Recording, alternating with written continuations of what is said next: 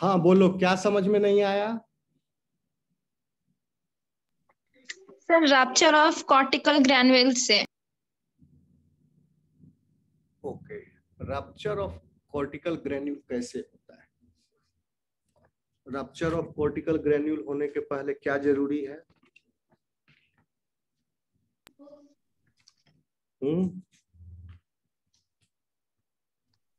वेटेलाइन membrane sir, perivitelline. Rupture of cortical granule कब हुआ? जब टच डाउन हुआ। एक्रोसम, हाँ, विथ एग सरफेस। ठीक है, स्पर्म का सेल मेम्ब्रेन जब प्लाज्मा मेम्ब्रेन के वाइटलाइन मेम्ब्रेन से जब टच हो गया, यानी स्पर्म बाइंडिंग रिसेप्टर का काम जब खत्म हो गया, स्पर्म बाइंडिंग रिसेप्टर जो है यूज्ड अप हो गया यहाँ पर, okay, then cortical vesicles get activated to release its content. क्यों? क्योंकि inside the cortical vesicle there is a substance which is called क्या? Polymucosaccharide. अभी हम बताएं, polymucosaccharide इज क्या है? कार्बोहाइड्रेट है, okay, and it has the tendency, great tendency to absorb the water. तो वाटर एब्जॉर्ब करने के बाद वो फूल जाएगा। अभी क्या है, ये वेसिकल जो है मेम्ब्रेन बाउंड है, कॉर्टिकल वेसिकल, इसका permeability to water is restricted. Upon touch down, when sperm binding receptors gets used up here and its function is over, then the permeability of the cortical vesicle changes and the water from the cytoplasm of the egg enters into the cortical vesicle, as a result of which mucopolysaccharide absorbs the water and the cortical vesicle swells,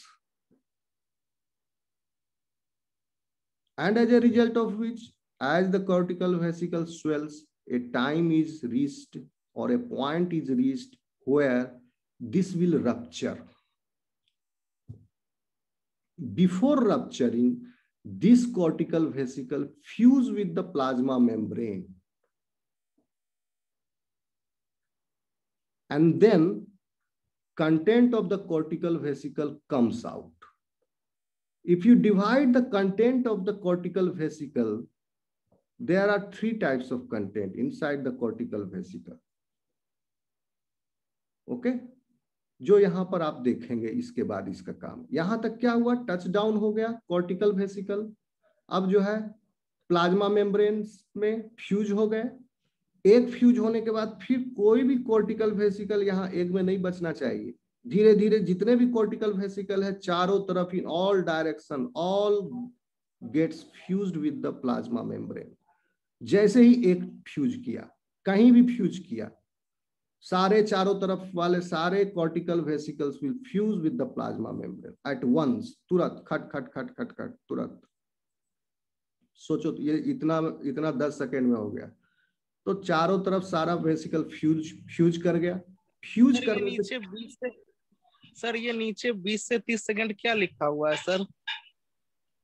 ये time है 20 second, यहां से लेकर के यहां तक में आधा मिनट लगा, यानी कहने का मतलब यहां पर आधा मिनट लगा, यानी इसका इनिशियल स्टेज पर क्या है, अभी स्पर्म जो है आपका कहां पर है,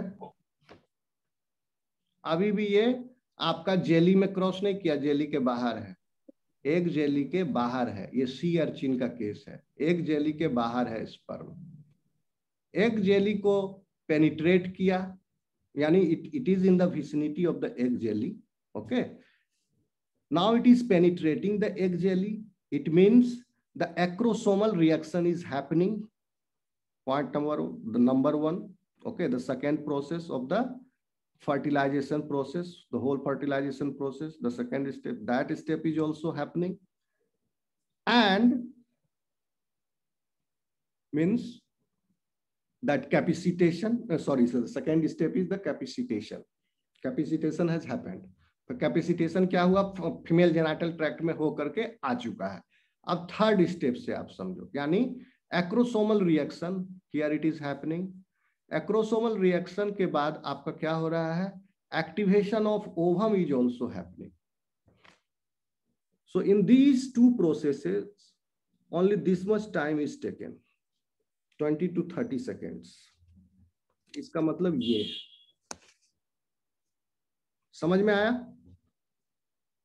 तो 3 टाइप्स ऑफ कंटेंट क्या था कॉर्टिकल वेसिकल के अंदर? एक तो स्ट्रक्चरल कंपोनेंट जो था इसका लैमेली और वेसिकल का, that structural component fuses with the vitelline membrane of the egg, और क्या हुआ, as a result of that vitelline membrane gets thickened, okay, और द हाइलाइन कंपोनेंट यानी ट्रांसपेरेंट कंपोनेंट होता है इसका, एक मिक्सचर है, जेली टाइप का मिक्सचर है इसके अंदर, highly acidic in nature also, and the hyaline मतलब उसमें ट्रांसपेरेंट सॉल्यूशन भी है, and that transparent thing is combining with the plasma membrane and giving the elasticity to the plasma membrane so that it holds the blastomeres in the blastula stage. Okay, नहीं तो क्या होगा, human में अगर ये नहीं होगा हाइलाइन सी तो क्या होगा, जुड़वा तिरवा चढ़वा बच्चा पैदा हो जाएगा, ब्लास्टोमियर अलग अलग हो जाएगा। तो समझ गए, इसके साथ भी प्ले किया जाता है आजकल। तो ह्यूमन के केस में क्या है, वहां पर आपका वाइटलाइन मेम्ब्रेन नहीं है, तो वाइटलाइन मेम्ब्रेन नहीं है तो फॉर्मेशन ऑफ फर्टिलाइजेशन मेम्ब्रेन भी नहीं होता है। ओके, एग्जाम में अगर ऐसे आए तो आप सी अर्चिन का लिखोगे तो थोड़ा लंबा पड़ेगा, अगर मैमल का लिखोगे तो छोटा आंसर पड़ेगा, ये सब स्टेप कम हो जाएगा मैमल में। मैमल में ये नहीं होता है, एक्रोसोम ट्यूब्यूल फॉर्मेशन नहीं होता है, क्योंकि ये वाला है ही नहीं वहां पर, सीधा जोना पेलिसुडा है। ओके, जेली नहीं है, जोना पेलिसुडा है। जोना पेलिसुडा के साथ जो एक्रोसोम का सरफेस, मतलब ये जोना पेलिसुडा है, ट्यूब्यूल फॉर्मेशन नहीं होता है। एक्रोसोम का कंटेंट जो है डायरेक्ट निकल के जोना पेलिसुडा पर फैल जाता है, जिससे वहां पर हाइड्रोलाइज हो जाता है और then head of the sperm penetrates. Okay, वहां ट्यूब्यूल फॉर्मेशन नहीं हुआ और फर्टिलाइजेशन कोन का भी फॉर्मेशन नहीं हुआ मैमल में, ये सी अर्चिन में हो रहा है। ओके, तो लेकिन कॉर्टिकल रिएक्शन हो रहा है मैमल्स में। फर्क ये है कि वहां पर चूंकि और मैमल में वाइटलाइन मेम्ब्रेन नहीं है, जोना पेलिसुडा के बाद एक स्पेस है पेरीवाइटलाइन स्पेस, एंड पेरीवाइटलाइन स्पेस के बाद सेल मेम्ब्रेन, एक सेल मेम्ब्रेन। तो कॉर्टिकल वेसिकल का ग्रेन्यूल कंटेंट रिलीज होके कहां गया, पेरीवाइटलाइन स्पेस में। ओके, तो वहां पर चूंकि वाइटलाइन मेम्ब्रेन नहीं है तो फर्टिलाइजेशन मेम्ब्रेन का भी फॉर्मेशन नहीं होता है मैमल्स में। Okay, but the content of the granules are present in the perivitelline space there also. तो आप क्या लिखोगे, at the end of the cortical reaction event there is fertilization, there is a formation of fertilization membrane.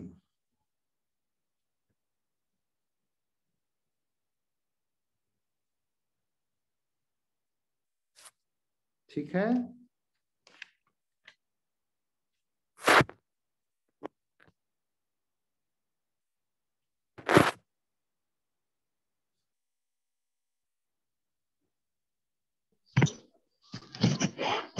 कोई दिक्कत है कहीं पर? Sir अगर हम मैकेनिज्म में पांचों स्टेप को बताएंगे तब तो सी अर्चिन का ही एग्जांपल देना सही रहेगा ना, या ह्यूमन का मतलब मैमल का भी दे सकते हैं? मैमल का ज्यादा स्टडी कम हुआ है, लेकिन दे भी सकती हूँ, मैमल का आंसर छोटा पड़ेगा। क्योंकि सर एक्रोसोमल प्रोसेस वगैरह सब तो सर मैकेनिज्म वगैरह सब इसमें ही है, सब तो मैमल में इसी का सही रहेगा देना ना। एक्रोसोमल रिएक्शन मैमल में नहीं होता है क्या? एक्रोसोमल रिएक्शन मैमल हाँ हो रहा है, मतलब लेकिन जैसे हाँ एक्रोसोम देखो, हाँ देखो ये मैमल का फोटो है? इसमें कैसे हो रहा है देखो, यहाँ पर एक्रोसोमल वेसिकल है, ये dotted acrosomal granules are present inside the acrosomal vesicle. Okay, ये है आपका कोरोना रेडिएटा का फॉलिकल सेल्स। टच डाउन हुआ कहाँ? जोना पेलुसिडा से, तो यहाँ पर फर्टिलाइजिन और एंटी फर्टिलाइजिन का इंटरेक्शन हुआ। उसके बाद एक्रोसोमल रिएक्शन यहाँ पर स्टार्ट हो गया। एक्रोसोमल वेसिकल जो है, ये जो मेम्ब्रेन है ये हाइड्रोलाइज कर गया और ये acrosomal content is oozed out, and now this acrosomal granule is dissolving the zona pellucida. Zona pellucida में क्या था, पिछले क्लास में बताए थे, हाइलुरोनिक एसिड, और मैमल के केस में हाइलुरोनिक एसिड है जोना पेलुसिडा में, a cementing substance, and now this cementing substance is getting dissolved by the content which is present in the acrosomal vesicle। क्या है यहाँ पर एंजाइम का नाम? हाइलुरोनिडेज। Hyaluronic acid. एसिड तो यहाँ पर है ना, हाइलुरोनिक एसिड, यहाँ पर एंजाइम है हाइलुरोनिडेज एंजाइम। हाँ हाइलुरोनिक हाइलुरोनिक। सीमेंटिंग सब्सटेंस, उसको डिसॉल्व करने के लिए, उसके लिए दवाई यहाँ पर है। तो ये टच यहाँ से फर्टिलाइजिन और एंटी फर्टिलाइजिन रिएक्शन जरूरी था किसके लिए? एक्रोसोमल रिएक्शन होने के लिए। अगर ये नहीं होगा फर्टिलाइजिन, सब सिक्वेंशियल इवेंट है, फर्टिलाइजिन एंटी फर्टिलाइजिन रिएक्शन नहीं होगा स्पीसीज स्पेसिफिक, वो भी ये नहीं कि दूसरा स्पीसीज के साथ, ओके, स्पीसीज स्पेसिफिक होगा तब एक्रोसोमल रिएक्शन स्टार्ट होगा, जिसकी वजह से एक्रोसोमल ग्रेन्यूल बाहर आएगा। तब इसको मौका मिलेगा कि जोना पेलुसिडा को भी वो सीमेंटिंग सब्सटेंस, एक का चारों तरफ देखो कितनी सुरक्षा है। पहली सुरक्षा फॉलिकुलर सेल्स का लेयर है, इसका फंक्शनल रोल भी है, स्ट्रक्चरल रोल भी है, सपोर्टिंग रोल भी है फॉलिकुलर सेल्स का। तो फॉलिकुलर सेल्स के को पेनिट्रेट किया पहले, ओके। उसके बाद फर्टिलाइजिन एंटी फर्टिलाइजिन का रिएक्शन हुआ स्पीसीज स्पेसिफिक, ये चीज स्टेब्लिश हो गया, ओके, चेकलिस्ट ओके, हाँ ठीक है, टेस्ट पास हो गया। देन एक्रोसोमल रिएक्शन स्टार्ट होगा।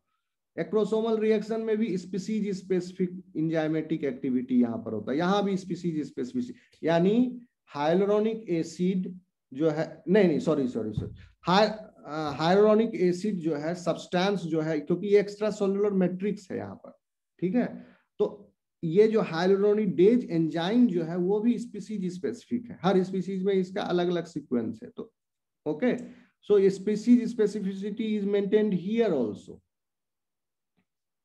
तो ये डिजॉल्व होगा उसी एक्रोसोम से, उसी स्पीसीज के एक्रोसोम से। तो जोना पेलुसिडा यहाँ पर second stage of protection safety ये हो गया। उसके बाद इसके बाद ये टच डाउन हो गया आपका कहाँ पर? प्लाज्मा मेम्ब्रेन में। जोना पेलुसिडा को डिजॉल्व कर गया, नाउ प्लाज्मा मेम्ब्रेन पे जैसे टच डाउन हुआ, एक्टिवेशन ऑफ ओवम स्टार्ट्स, ठीक है, एक्टिवेशन ऑफ ओवम स्टार्ट हुआ। तो क्या हुआ? पहला क्या काम किया? साइटोप्लाज्मिक फ्यूजन, बताया ना थोड़ी देर पहले, साइटोप्लाज्मिक फ्यूजन हुआ। Yes sir. साइटोप्लाज्मिक फ्यूजन हुआ था, फॉर्मेशन ऑफ फर्टिलाइजेशन, वो सब सी अर्चिन में हुआ था। यहाँ भी साइटोप्लाज्मिक फ्यूजन हुआ मैमल में। साइटोप्लाज्मिक फ्यूजन तो सारे एनिमल्स में होगा, मैमल में भी होगा, सी अर्चिन में भी होगा, ठीक है। तो सी अर्चिन में क्या हुआ था? After cytoplasmic fusion there is a formation of fertilization cone। Fertilization cone, बहुत सारा फोटो दिखा है फर्टिलाइजेशन कोन का, देखो तीन फोटो लगानी है तुम लोग को समझाने के लिए। फर्टिलाइजेशन कोन के पहले फर्टिलाइजेशन ट्यूब्यूल और एक्रोसोमल प्रोसेस और एक्रोसोमल ट्यूब्यूल का फॉर्मेशन हुआ, ओके। ये as a result of acrosomal reaction, यहाँ पर एक्रोसोमल रिएक्शन हुआ। बार बार हम बता रहे हैं, एक चीज समझ लो, एक्रोसोमल रिएक्शन हुआ पहले, एक्रोसोमल रिएक्शन के बाद कॉर्टिकल रिएक्शन होगा। Cortical happen the cortical reaction, acrosomal reaction is the प्रीरिक्विसाइट, and to happen the acrosomal reaction, fertilizing and anti-fertilizing interaction is prerequisite that two species specific. Clear हूं मैं? Yes sir. अब आगे देखते हैं हम लोग। इसके बाद ये तो आप देख लिए। अब मैमल्स में समझ गए ना, मैमल्स में साइटोप्लाज्मिक फ्यूजन हुआ, इसके बाद चूंकि फर्टिलाइजेशन कोन का यहाँ पर निर्माण नहीं हो रहा है, साइटोप्लाज्मिक फ्यूजन होने के बाद अब कॉर्टिकल वेसिकल फ्यूज होना शुरू हो गया प्लाज्मा मेम्ब्रेन में, और इसका कंटेंट जो है बाहर आ गया। कहाँ? जोना पेलिसुडा में, ओके, या जोना पेलिसुडा और प्लाज्मा मेम्ब्रेन के बीच का स्पेस में, जो कि बहुत थिन स्पेस। तो यहाँ पर एक्टिवेशन ऑफ ओवम हो गया। तो एग्जाम में अगर आए तो ये भी फिगर बना सकते हो। ये हो गया मैमल का, ठीक है, मैमल में देख लो ऐसे ऐसे हुआ, या नहीं तो ये बना दो सी अर्चिन का, ये भी बना सकते हो, या ये बना दो, सिंपल है तो ये भी हो जाएगा।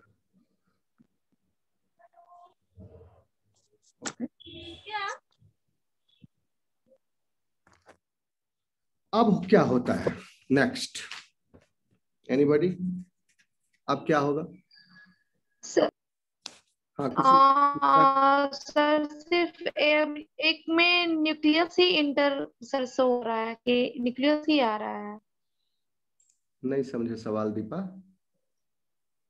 स्पर्म का क्या मतलब उसके बाद फ्यूज होने के बाद तो सर सिर्फ न्यूक्लियस ही, स्पर्म का न्यूक्लियस ही इंटर किया सर वो एग में? इस वाले फिगर में?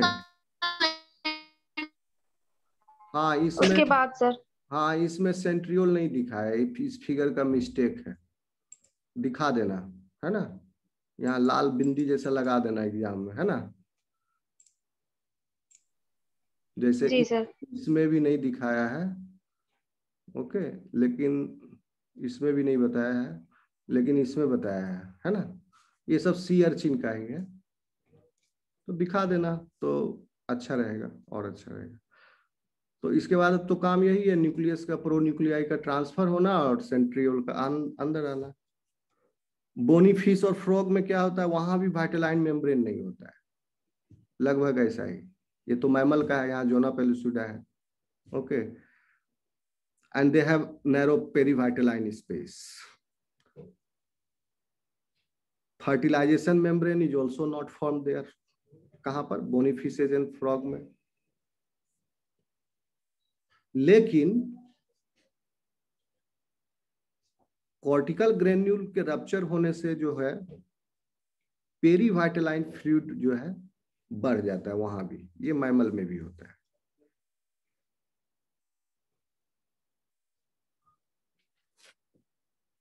समझ में आ रहा है? हाँ सर। तो मैमल में भी फर्टिलाइजेशन मेम्ब्रेन का फॉर्मेशन होगा कि नहीं? बताओ। क्या सर? नहीं सर। हाँ नहीं होगा। And the formation of fertilization membrane will happen in bony fishes or not? Bony fish और फ्रॉग में होगा कि नहीं? नहीं सर, वहां भी नहीं होगा। हाँ वहां नहीं सर। तो फर्टिलाइजेशन मेम्ब्रेन अभी कहाँ हम देख रहे हैं, कहाँ पर हो रहा है? Sea urchin. सी अर्चिन में। सी अर्चिन में। आगे देखेंगे और कहाँ कहाँ बनेगा। अभी मैमल को देख लिया, उसमें भी फर्टिलाइजेशन नहीं हो रहा है। अब आगे बढ़ते हैं।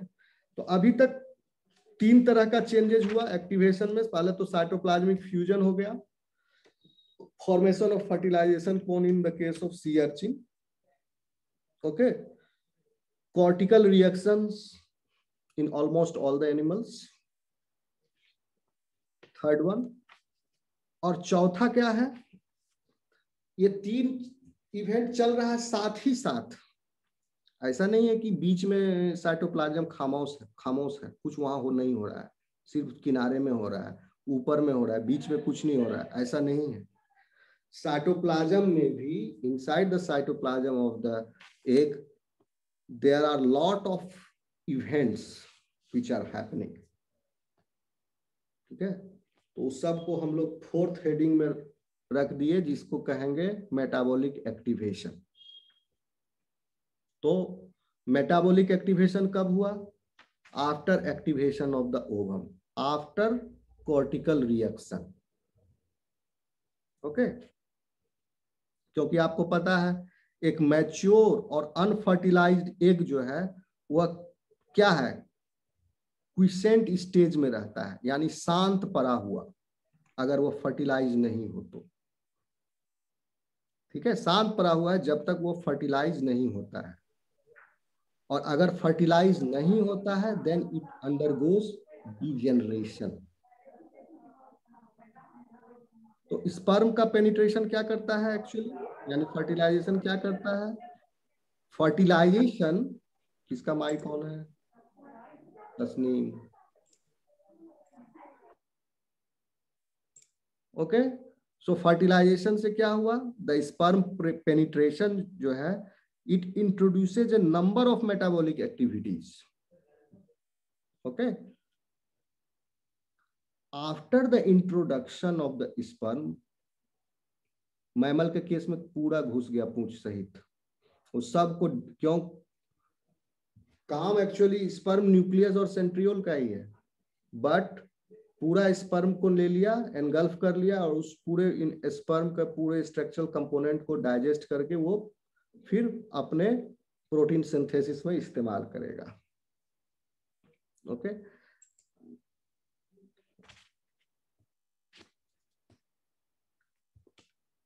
लेकिन पेनिट्रेशन होने के बाद बहुत सारा मेटाबॉलिक एक्टिविटी भी स्टार्ट हो जाता है, in addition to this cortical reaction. What are those? One of the example is there is an enzyme called adenyl cyclase, and it becomes activated in plasma membrane by sperm entry. तो adenylyl cyclase enzyme जो है वो present कहाँ होता है? Plasma membrane में। ये structural enzyme है, नाम है adenylyl cyclase. It becomes activated in the plasma membrane by sperm entry. Sperm का एंट्री होने के बाद ये एक्टिवेट हो जाता है, as a result of which this enzyme starts the formation of 3' to 5'। आपको याद है structure 3' to 5' cyclic AMP? Yes sir. ठीक है, then the cyclic AMP concentration increases inside the cytoplasm of the egg, and which sir थोड़ा फिर से repeat कर दीजिए सर। मेरे को लाइन कंप्लीट कर लेने दो, फिर कर देते हैं। यस। क्योंकि साइक्लिक AMP जब इंक्रीज होगा तो क्या एक्टिवेट होगा? आप लोग, एक कॉमन सा रूल है, साइक्लिक AMP इंक्रीज होता है तो many of the metabolic reactions gets activated. तो एग में भी, यानी इस स्टेज पर एग को क्या बोलेंगे? Fertilized egg. अब क्या एग हो गया? फर्टिलाइज्ड एग हो गया ना। क्यों? क्योंकि कॉर्टिकल रिएक्शन हो गया। ठीक है, मेल प्रोन्यूक्लियस आ गया। ओके, तो टच डाउन होने के बाद adenylyl cyclase enzyme gets activated, and this, याद रख लो, एक इंपॉर्टेंट एंजाइम है। तो adenylyl cyclase has the function that is the formation of 3' to 5' cyclic AMP. As a result of which this cyclic AMP concentration inside the cytoplasm increases, and which activates most of the metabolic reactions. Clear हूं मैं? तो अब जो है हाँ। ये सारे metabolic reaction किसके द्वारा शुरू किया, कौन इसका मास्टरमाइंड था, कहां से ट्रिगर हुआ? Cyclic AMP adenylyl cyclase activate होने के बाद। ओके, तो उसके पहले क्या था? एडिनाइल साइक्लेज जो था वो इनएक्टिव फॉर्म में था। तो इनएक्टिव फॉर्म से एक्टिव फॉर्म में कैसे हुआ adenylyl cyclase? When sperm touched the egg plasma membrane. Okay, plasma membrane touch होने के बाद एडिनाइल साइक्लेज एक्टिवेट हुआ, ना कि वाइटलाइन मेम्ब्रेन या कोरोना रेडिएटा का मेम्ब्रेन। ओके, प्लाज्मा मेम्ब्रेन से टच होने के बाद adenylyl cyclase enzyme gets activated. Now the formation of cyclic AMP in the cytoplasm started happening, gets accumulated this cyclic AMP inside the cytoplasm, and as a result of which many metabolic reactions starts in the fertilized egg. कौन कौन सा metabolic reaction हो जाता है फिर शुरू? ए series of changes. उसका trigger point क्या था? साइक्लिक एएमपी का कंसंट्रेशन इन द साइटोप्लाज्म। कहां से हुआ? एडिनाइल साइक्लेज के एक्टिवेट होने से। ओके, एक सीरीज ऑफ इवेंट समझ में आ रहा है आप लोगों को? कहां से ये सब सीरीज ऑफ इवेंट है? यहाँ टच डाउन हुआ, एडिनाइल साइक्लेज एक्टिवेट हो गया। अब एडिनाइल साइक्लेज एक्टिव तो साइक्लिक एएमपी बढ़ा दिया। यहाँ पर साइक्लिक एएमपी बढ़ा देने के बाद से सबसे पहला चेंज क्या आया? Permeability of the plasma membrane gets changed. ये प्लाज्मा मेम्ब्रेन का परमिएबिलिटी जो है वो चेंज हो जाता है। ठीक है, फर्टिलाइजेशन के पहले यही plasma membrane was not permeable for the water. Okay, it was less permeable for the water, not permeable for the water करना ठीक नहीं, less permeable for the water, or you can say many other ions, potassium ions, sodium ions, there are several ions, क्योंकि fertilisation होने के पहले वो ज्यादा disturbance नहीं चाहेगा, ज्यादा एंट्री के लिए, तो it is non permeable. Okay, and the electric potential also, कौन है भैया बार बार मैं, and the electric potential also changes. Permeability change होने से इलेक्ट्रिक पोटेंशियल, कहां पर इलेक्ट्रिक पोटेंशियल? बाहर और अंदर का। Whether there is more positive or cations, there are more cations present outside the plasma membrane, or whether there are more anions present inside the plasma membrane.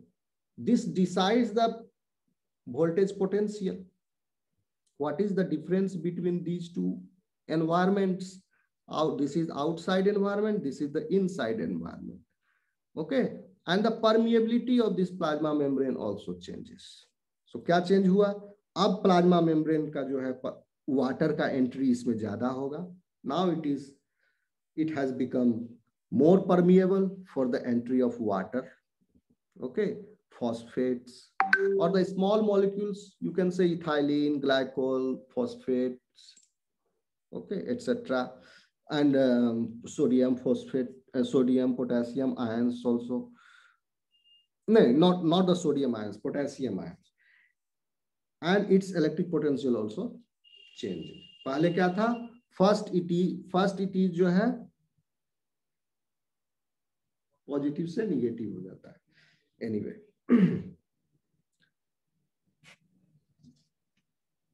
साथ ही साथ ionic concentration, sodium, potassium, calcium also changes inside the cytoplasm. Fertilization के पहले जो इस cytoplasm के अंदर sodium का लेवल, पोटेशियम का लेवल, कैल्शियम का लेवल जो था, फर्टिलाइजेशन के बाद वो लेवल जो है चेंज हो जाता है, concentration. Okay, and there is one more change, not one more, there are various changes. Change in coenzyme. Third one is the change in coenzyme. In unfertilized egg, the enzyme NAD kinase, आप लोग NADP और NADPH का नाम सुने होंगे? Yes, sir. क्या full form है? Anybody?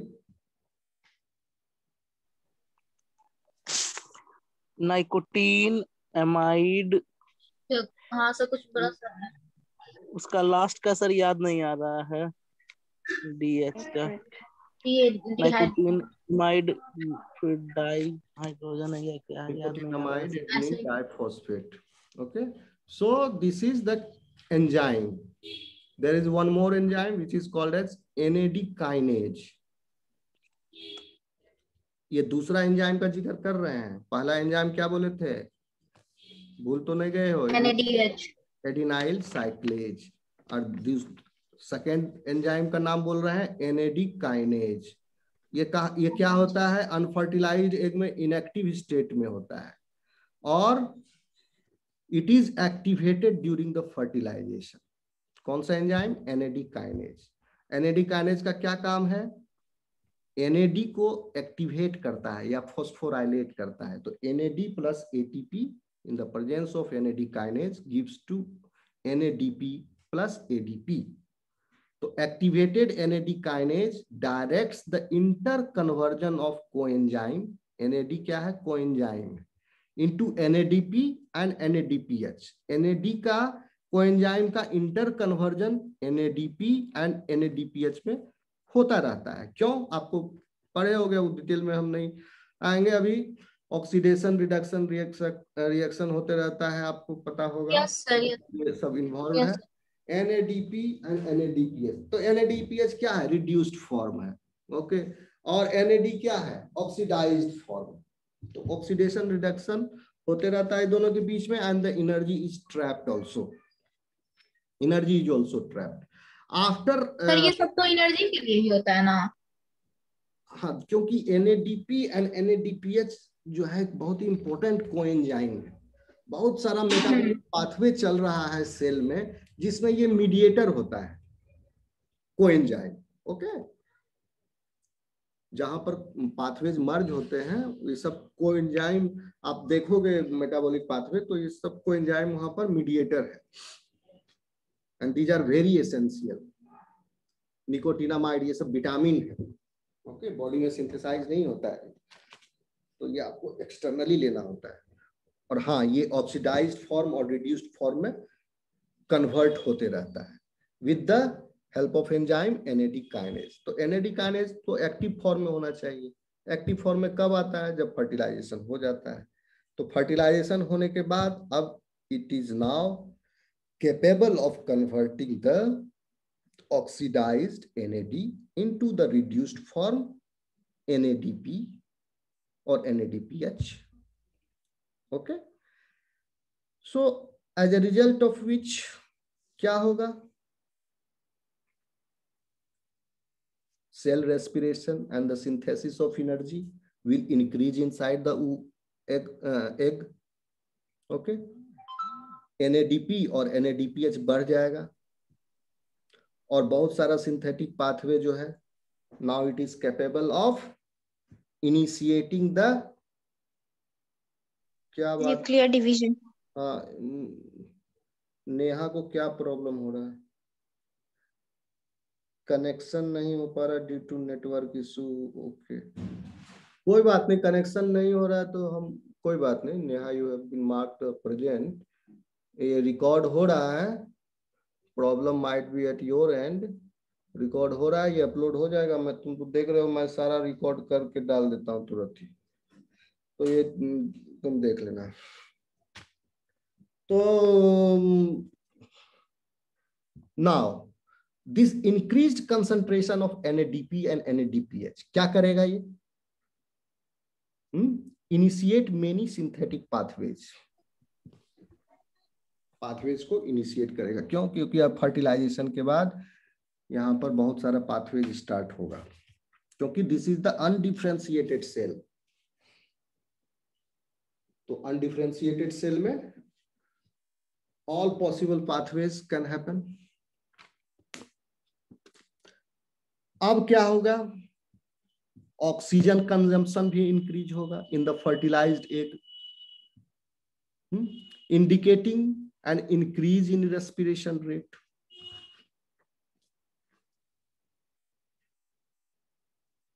ठीक है, रेस्पिरेशन रेट भी इंक्रीज हो जाता है सेल का, यानी ऑक्सीजन कंजम्पशन इंक्रीज हो गया। लेकिन सारे एनिमल्स में ये नहीं होता है। स्टार फिश और एम्फीबिया में ये ज्यादा इंक्रीज नहीं होता है रेस्पिरेशन रेट, और मोलस्का में तो डिक्रीज हो जाता है। ह्यूमंस, मैमल्स, ये सब में काफी इंक्रीज हो जाता है रेस्पिरेशन रेट। तीसरा नहीं, कितना कौन सा चेंज हो गया? First one was the change in the permeability of plasma membrane. Second, the ionic concentration change. Third one, the change in coenzyme, NAD kinase वाला जो बताया, ये सब का सूत्रधार कौन था? एडिनाइल साइक्लेज एक्टिवेट होने के बाद। ये सब जो चेंज हो रहा है एडिनाइल साइक्लेज के एक्टिवेट होने के बाद हो रहा है। रेस्पिरेशन रेट बढ़ गया।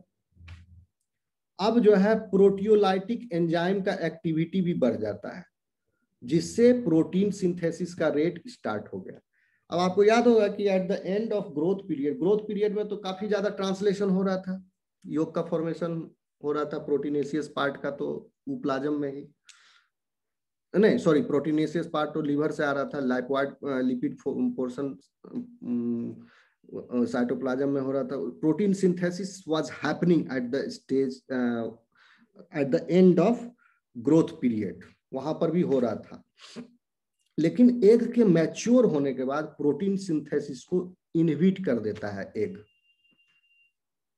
Okay, the cytoplasm of A ripe और राइप एंड अनफर्टिलाइज्ड एग, जब बोल देंगे राइप एंड अनफर्टिलाइज्ड एग मतलब मैच्योर एग है और फर्टिलाइज के लिए तैयार है। It contains complete machinery of protein synthesis, but little or no protein synthesis is taking place inside the cytoplasm of the egg. There is the presence of complete protein synthesis machinery, but there is no protein synthesis which is happening. Where? In the ripe unfertilized egg. क्यों? क्योंकि inhibitor के द्वारा इस synthesis को oogenesis के last stage पर stop कर देता है एग। प्रोटीन सिंथेसिस को इनहिबिट कर देता है ऊजेनेसिस के लास्ट स्टेज पर, जिसकी वजह से chromosomal genes, messenger RNA molecules, ribosomes, ये सब इनएक्टिवेट हो जाते हैं। And after fertilization there are some proteolytic enzymes which remove these inhibitors and activate the protein synthesis. तो प्रोटीन सिंथेसिस को जो ये सब इनहिबिटर ब्लॉक किए हुए था, ये प्रोटियोलाइटिक एंजाइम्स, कुछ special type of proteolytic enzymes है दैट गेट्स एक्टिवेटेड। क्यों एक्टिवेट हुआ वो? Due to the action of, फिर से वही वजह है, सूत्रधार कौन है? Adenylyl cyclase enzyme. ओके, क्योंकि साइक्लिक एएमपी का कंसंट्रेशन बढ़ा तो प्रोटियोलाइटिक एंजाइम भी एक्टिवेट हो गए, and that proteolytic enzyme hydrolyse